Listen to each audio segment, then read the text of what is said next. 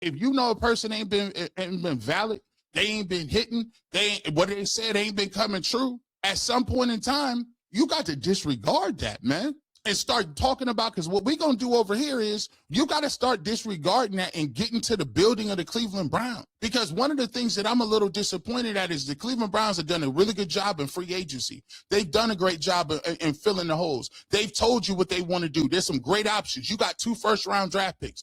But the thing that we keep getting is we keep getting triggered by people that want to drag us back to a time when Todd Monken don't care nothing about what was going on when Kevin Stefanski was here.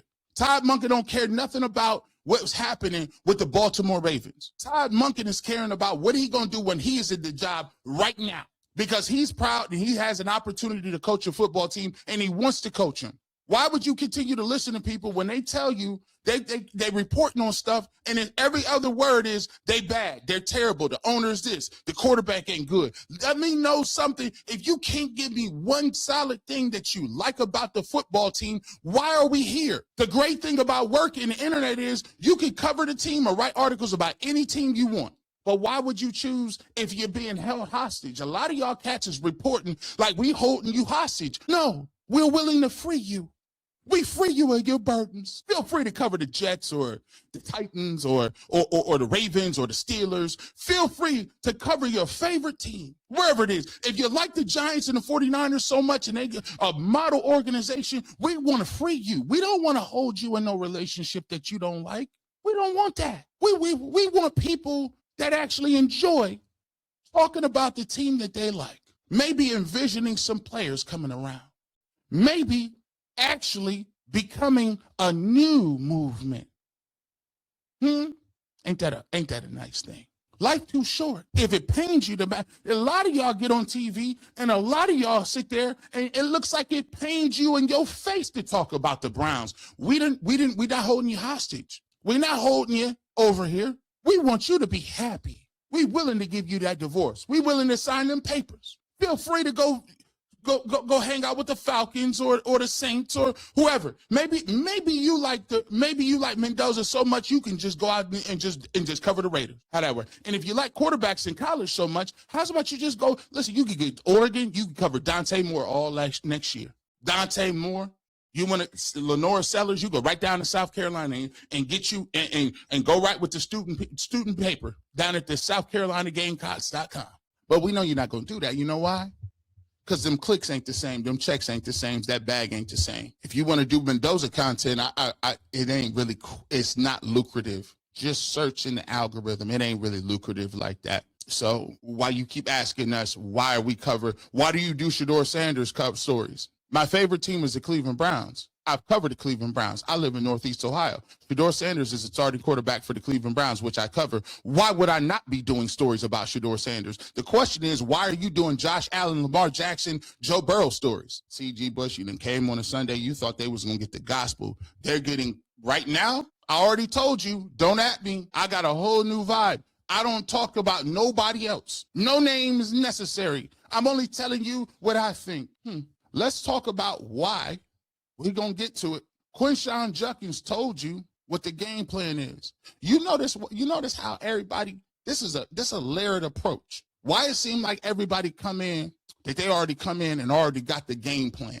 Why does it seem like the players already know what they're talking about? It already seems like they get it. That's because no longer are they in the dark. Todd Monken been telling you what they're going to do. Watch how Quinshon Judkins alludes to the fact that everybody in the organization has been talked to. They know what the game plan is. And I say, dang, I thought it was just Myles Garrett. Nah, Quinshon, tell them what was happening. Over the past couple of years, have you heard from your new head coach, Todd Monken, yet? Bro, I have. And, bro, honestly, it's not what I thought it would have been. Honestly, it ain't what I thought it was. Why? Well, when I say that in a good way, what did you think it was going to be?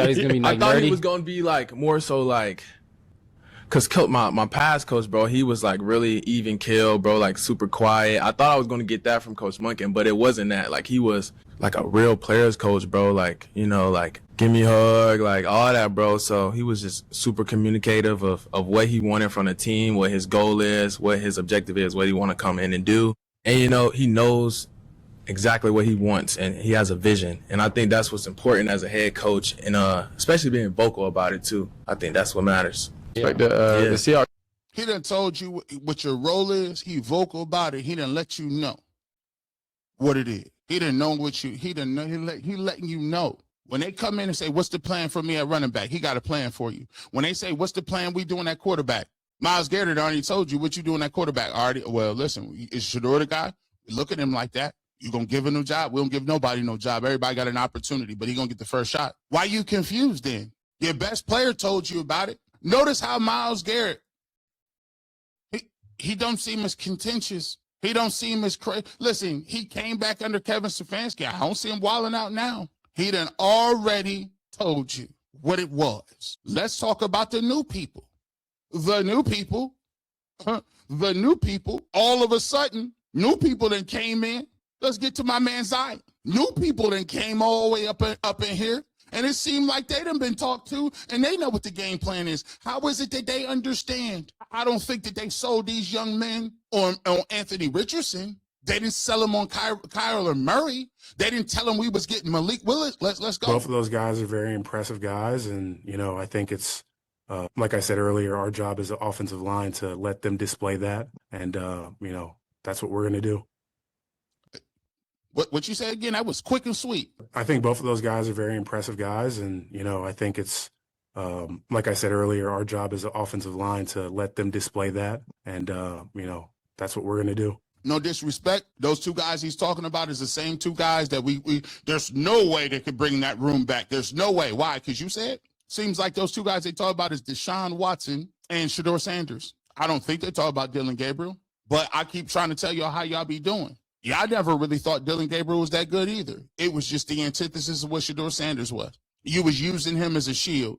We've been doing this in that trope all the time. Dylan Gabriel is smart. Shedeur don't know how to read defense. Dylan Gabriel has moxie and intangibles. Shedeur Sanders needs to calm down. Stop. We've been doing that forever. We've been doing that since high school. Come on now. Y'all had it to a point where you done made it where Shedeur Sanders couldn't even move in the pocket. Only thing he do is run backwards. Come on now. Come on now. Let's just be clear. Let's just be clear. It seems to me these folks that came in, here's your new starting center for the Cleveland Browns. And on another team, I seen both of them play some real good footballs. Just keeping everything competitive. Whoever win the starting spot, we're gonna be there for them. Or whoever don't, we're gonna the one or the two, we're gonna be there for them. But I guess just keeping it competitive and just being there for both of them when they need it. Seems like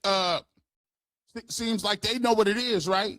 They keep tell you what the one or the two or whatever it's gonna be, right? How we move with it. Seems like they understand what we doing. Seems like they understood what we doing and how we gonna move with it. Now, let me tell you this. Shout out, here's what I'm gonna say, because I see people talking about it. Again, I'm a Browns fan. Shout out to Joe Batonio. He gonna retire. He ain't coming back. We appreciate what you did for the organization. You know what I'm saying? Football is a tough sport. You put your body out there. You've been a really good player for the Cleveland Browns. We salute you. I ain't gonna slander you. I ain't gonna put nothing on it. Look, hey, people got opinions about whether Shedeur could play or he can't play. But here's what I'm gonna do. I'm gonna salute Joe Batonio for his contributions to the squad. I'm gonna salute Wyatt Teller. I'm gonna salute Devin Bush. Devin Bush signed another place. I like Devin Bush. I would have liked to re-sign him. We'll talk about Quincy Williams and what he's going to bring to the table, because I like the signing. So salute to all of them. I'm not going to diminish what they did for the team. And like I said, at the end of the day, I'm a Browns fan. But at the end of the day, also, we got to move the process forward where we can talk about, yes, we can salute the people that no longer are going to be here and going to have a great career and retire. And then we can also talk about the new people that's coming into the building and coming in that we looking to change the culture with. So salute to Joe Batonio. Salute to Wyatt Teller. Salute to Devin Bush. If we don't sign Martin Emerson, salute to him as well. Again, I'm a Browns fan. Let's talk about it. Let's get to it.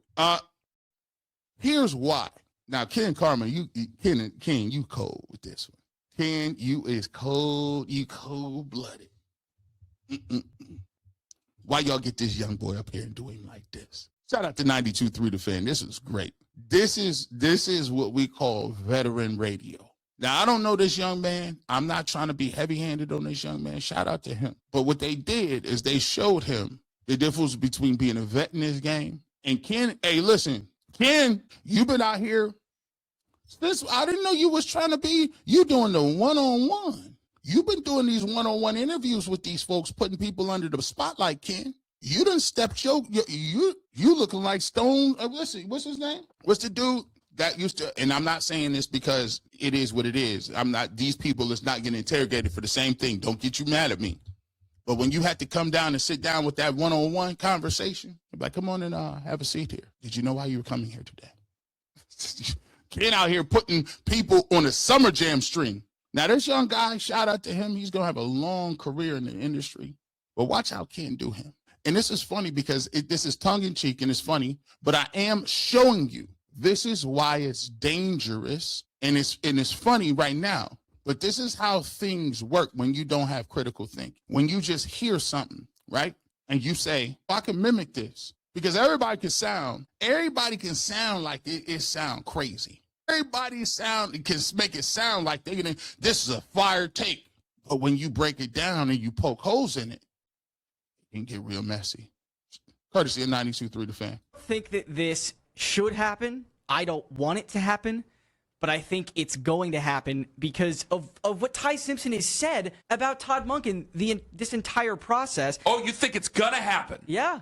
Because why? Because he's saying nice things. Yeah. In a league where coaches are getting fired in year one, after year one, you're not going to want to draft a guy that you know and that you know is coachable. His father's a head football coach. Look at Ken's face. Look at his face. Now, I should have prefaced this. This is, they played this and they talked about Ty Simpson saying, hey, that he knows Todd Monken. His father knows Todd Monken. You know, they have a relationship going back in the day and he's saying that he would definitely play for the Cleveland Browns. And people say they lobbying for him to go for the Browns. Now watch this. Now watch how this works. Watch Ken's face when he says, like, he picks up on it, that the fact that he feels like he's talking about the Browns drafting Ty Simpson at number 6. Now, that's an take or whatever the case may be. We're not talking about that. But we're examining the logic behind it. Here we go. I don't think that this should happen. I don't want it to happen, but I think it's going to happen because of what Ty Simpson has said about Todd Monken this entire process. Oh, you think it's gonna happen? Yeah. Because why? Because he's saying nice things. Yeah. In a league where coaches are getting fired in year one, after year one, you're not going to want to draft a guy that you know and that you know is coachable. His father's a head football coach. So he said, why wouldn't you want to draft a guy who's coachable? His father is a head football coach. That's a narrative and it's a trope. But watch how the trope only works to the positive when it's somebody you identify with, but it doesn't really if you're trying to make the argument against somebody. Watch Ken's face. This guy is coachable. He has shown things at Alabama. What does Shedeur Sanders' dad do? Oh, God. He's lauding the fact that Ty Simpson's dad is a football coach, probably at a lower level than what Prime is. Prime has been a football coach in high school and won championships. He's been a football coach in college at a Division I Power 5 school. Not to mention, he's the greatest defensive back ever to play. He's a Hall of Famer. But he uses the fact that Ty Simpson's father is a coach, and that's a thumb up.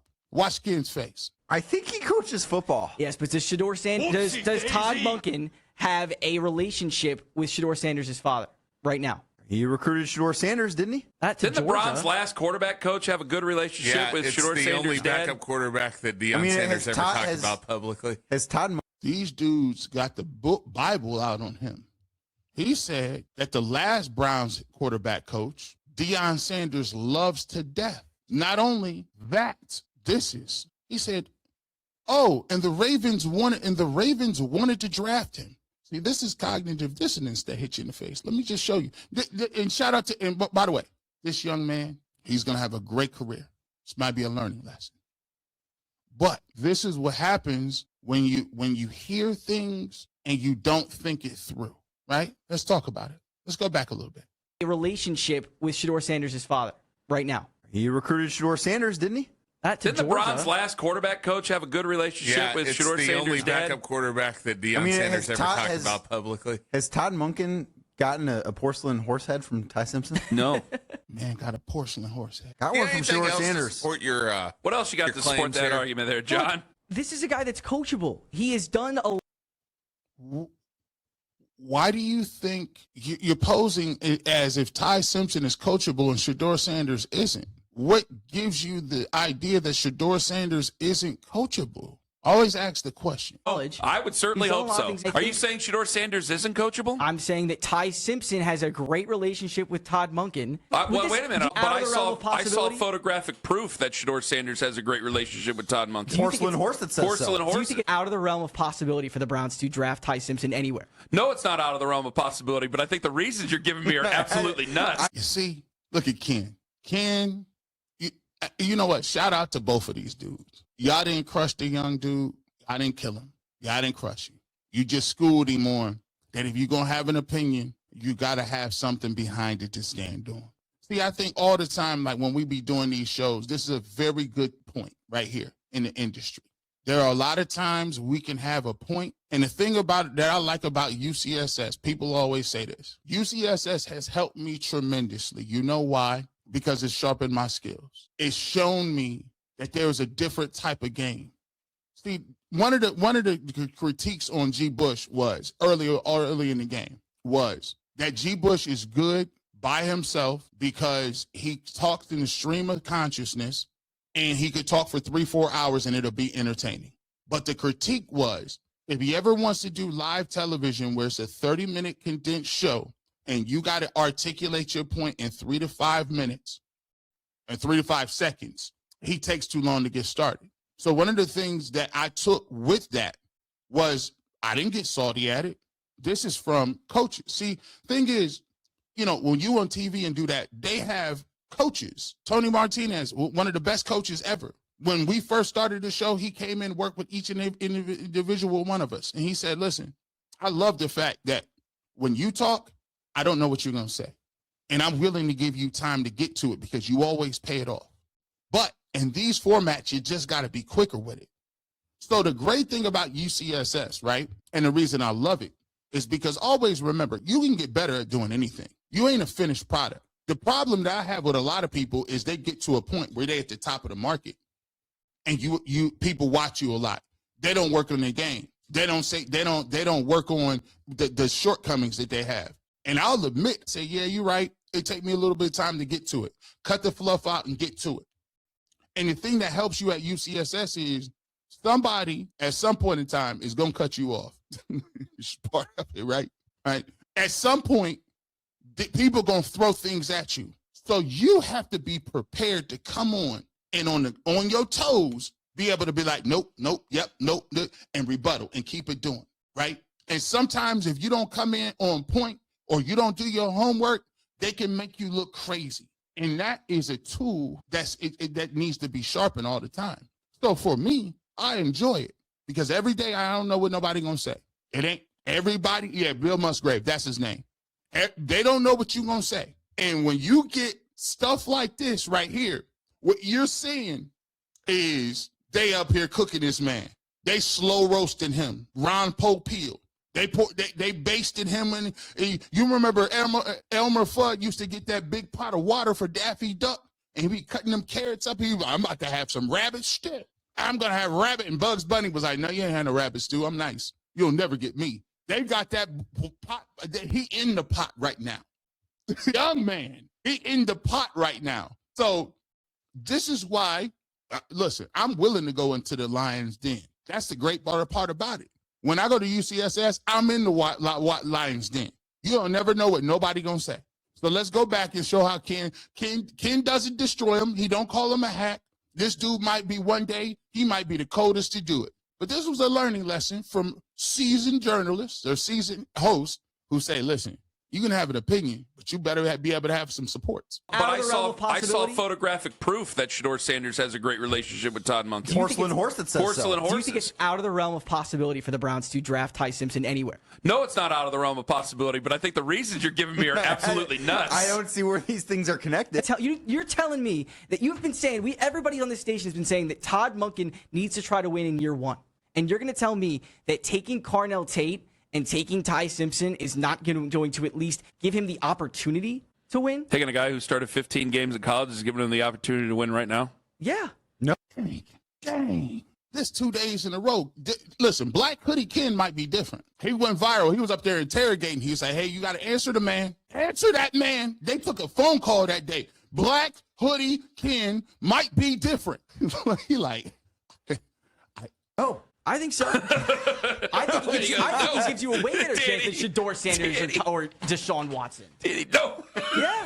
You guys have been saying bring in quarterbacks, bring in these veteran quarterbacks. Taking Carnell Tate and taking Ty Simpson is not going to at least give him the opportunity to win? Taking a guy who started 15 games in college is giving him the opportunity to win right now? Yeah.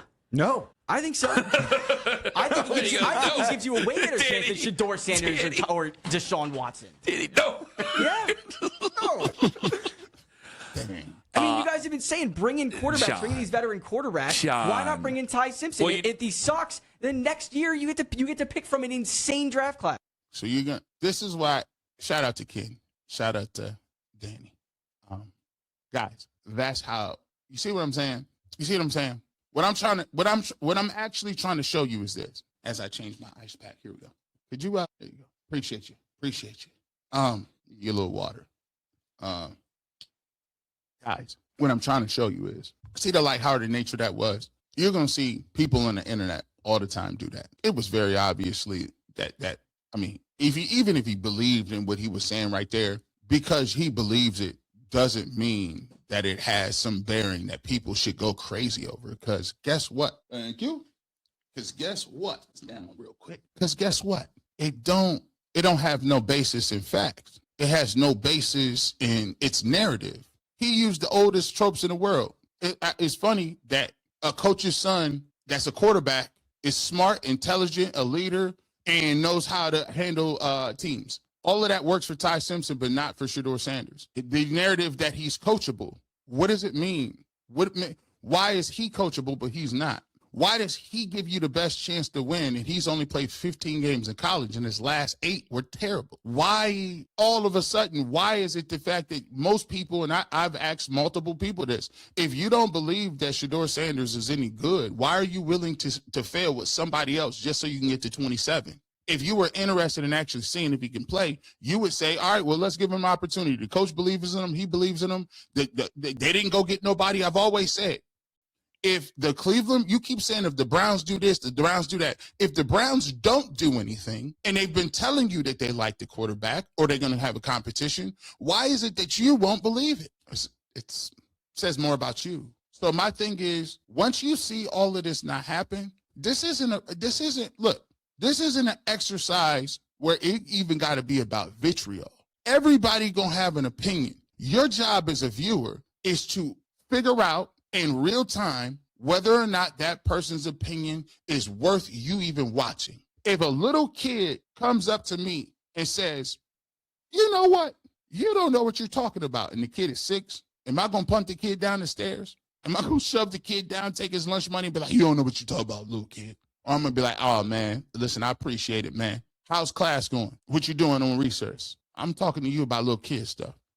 Let us deal with the grown man stuff. It's up to you to decide who validates what.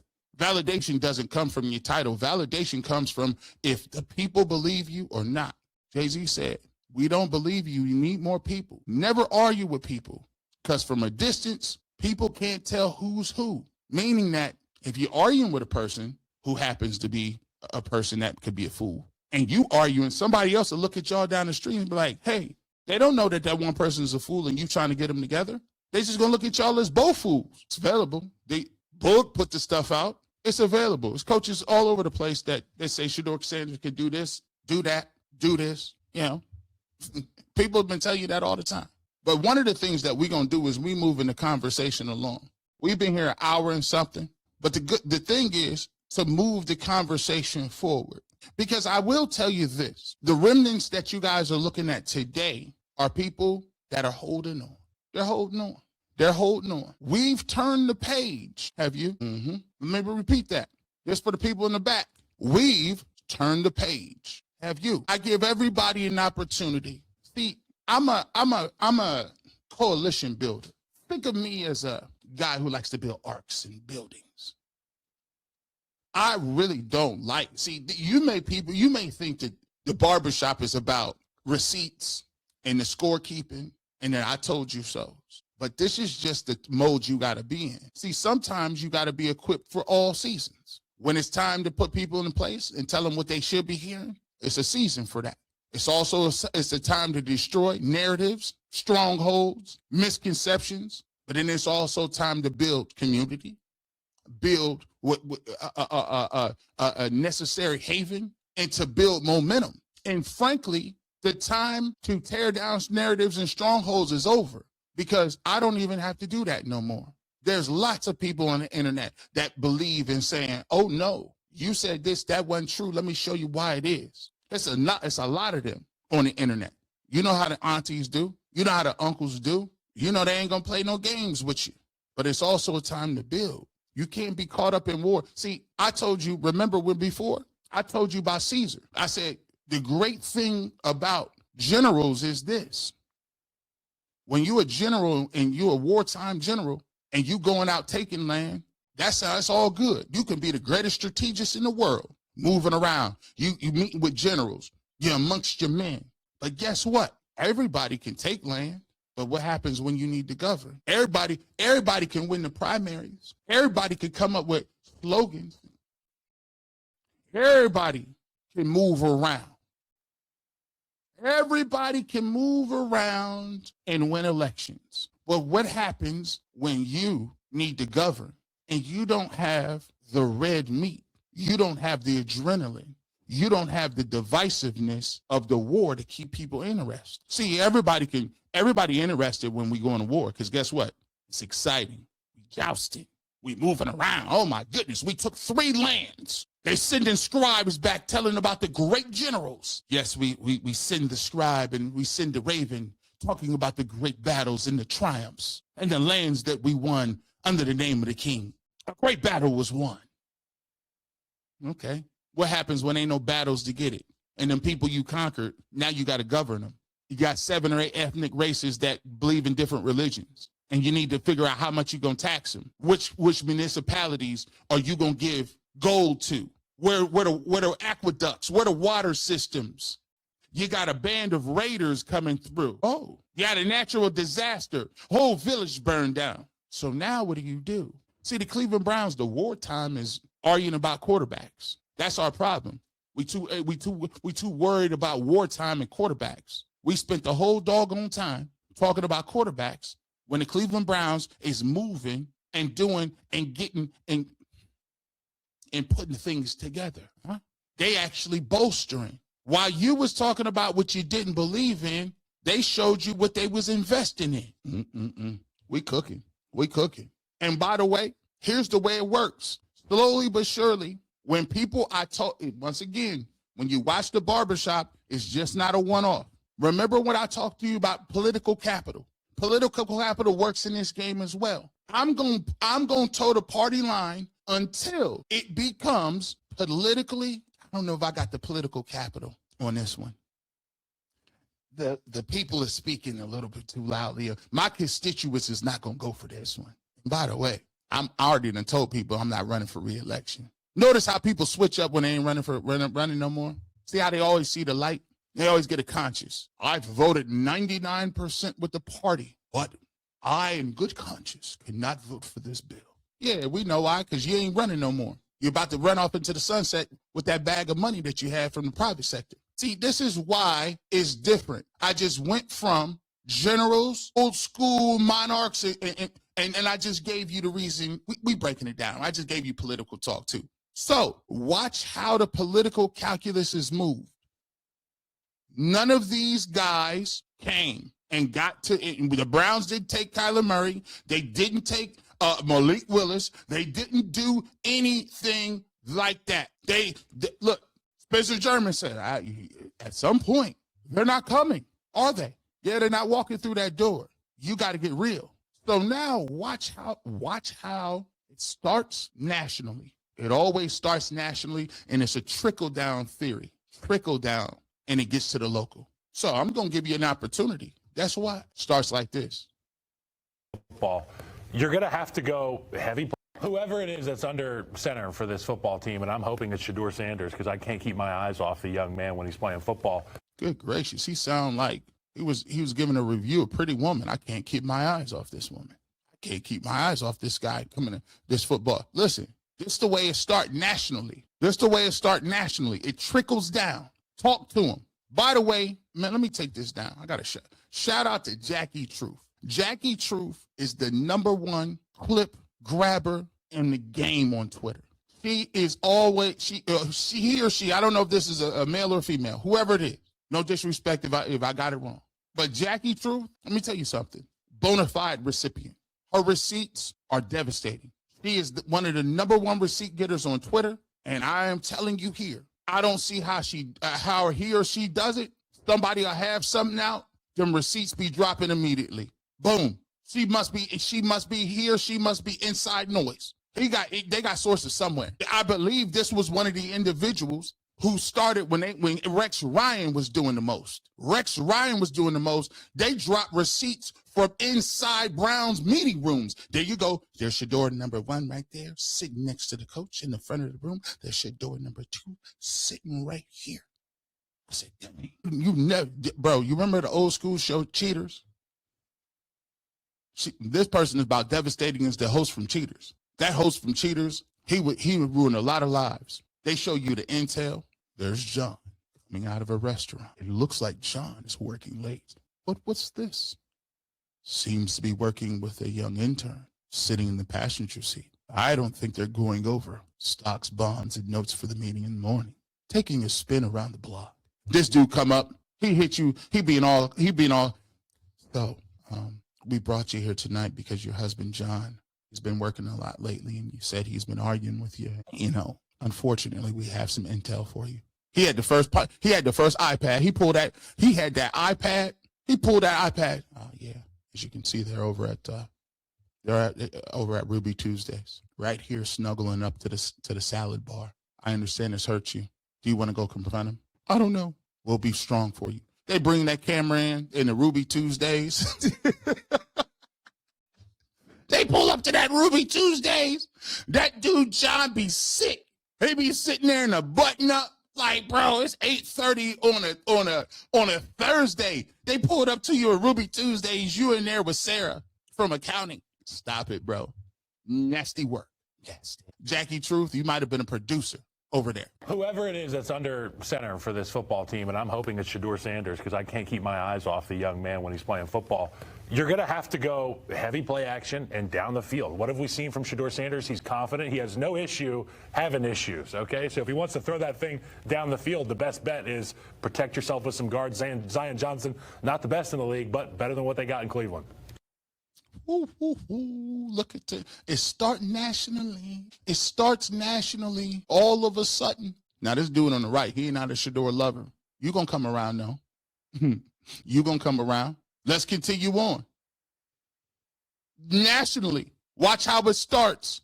They're going to just start asking questions. This is why you lost in the sauce. You think that these folks from business-wise don't understand this? Watch this. Shedeur did this season. Oh, yeah, let's go. Shout out to Shedeur. Shout out to the Cleveland Browns. Yeah, he really proved himself and started to play amazing and get the hang of it and get the pace of the NFL speed.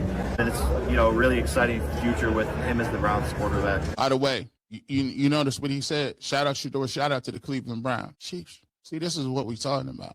This is the calculus.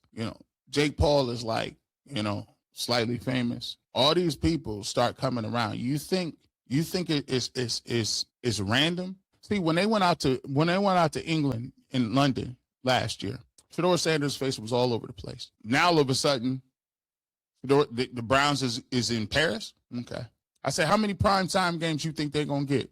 I don't know. It might be three games, man. G. Bush 2. Unapologetic, y'all done lost your mind. Come on now. Y'all done lost your mind. Everybody putting the wrist up. Come on now. The wrist got to go up. I want to thank you for hanging out with us and having a conversation. And like we always say, you never know where G. Bush might show up. I might show up on a Sunday, but you never know where I will show up. And if you want the fresh cut on sports, you see what I'm open. The barbershop sign is open. I keep the fresh fades and all the cuts coming. Thank you for all the well wishes and prayers. And as always, you know what I do. It is always go Browns.